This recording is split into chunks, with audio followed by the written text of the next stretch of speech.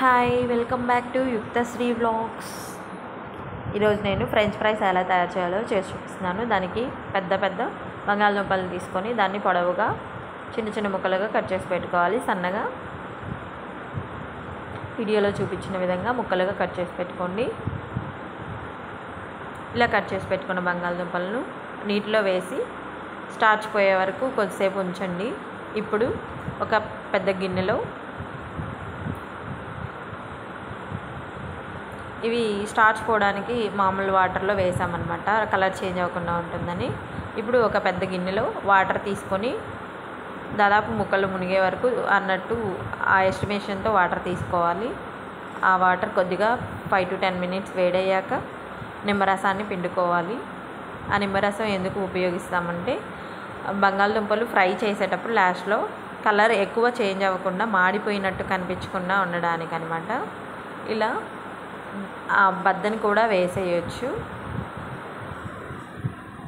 ఇప్పుడు ముందుగా కట్ చేసి పెట్టుకున్న బంగాళదుంపలను ఇవి 10 సాల్ట్ టేస్ట్కి సరిపడా వేసాము. ఇవి ఒక 5 సాల్ట్ కరిగే వరకు ఉంచి కొంచెం తెరిలాక ముందుగా కట్ చేసి పెట్టుకున్న బంగాళదుంపలను అన్నిటినీ వేసేసి ఒక 5 minutes పాటు నీటిలో ఉడకనివ్వాలి.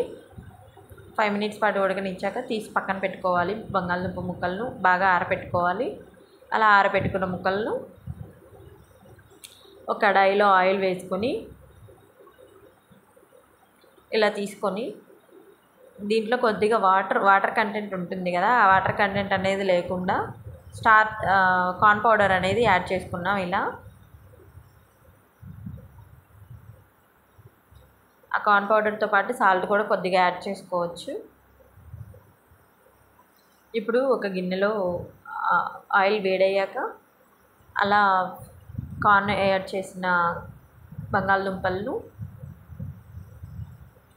ఆయిల్లో ఫ్రై చేసుకోవాలి. ఓ 5 minutes కొద్దిగా ఫ్రై అయ్యాక తీసి పక్కన పెట్టుకొని ప్యాన్ కింద చల్లార్చి పెట్టుకోవాలి. అలా చల్లార్చిన ముక్కలను మళ్ళీ ఇంకోసారి డీప్ ఫ్రై చేయాలి. ఇప్పుడు ఫ్యాన్ కింద పెట్టి తీసామన్నమాట. ఇవి ఫ్యాన్ కింద పెట్టినవి. ఇప్పుడు ఇవి మళ్ళీ ఫ్రై చేసాము. అలా ఫ్రై చేసినప్పుడు ఇలా క్రిస్పీగా వస్తాయి, గలగల సౌండ్ కూడా వస్తుంది.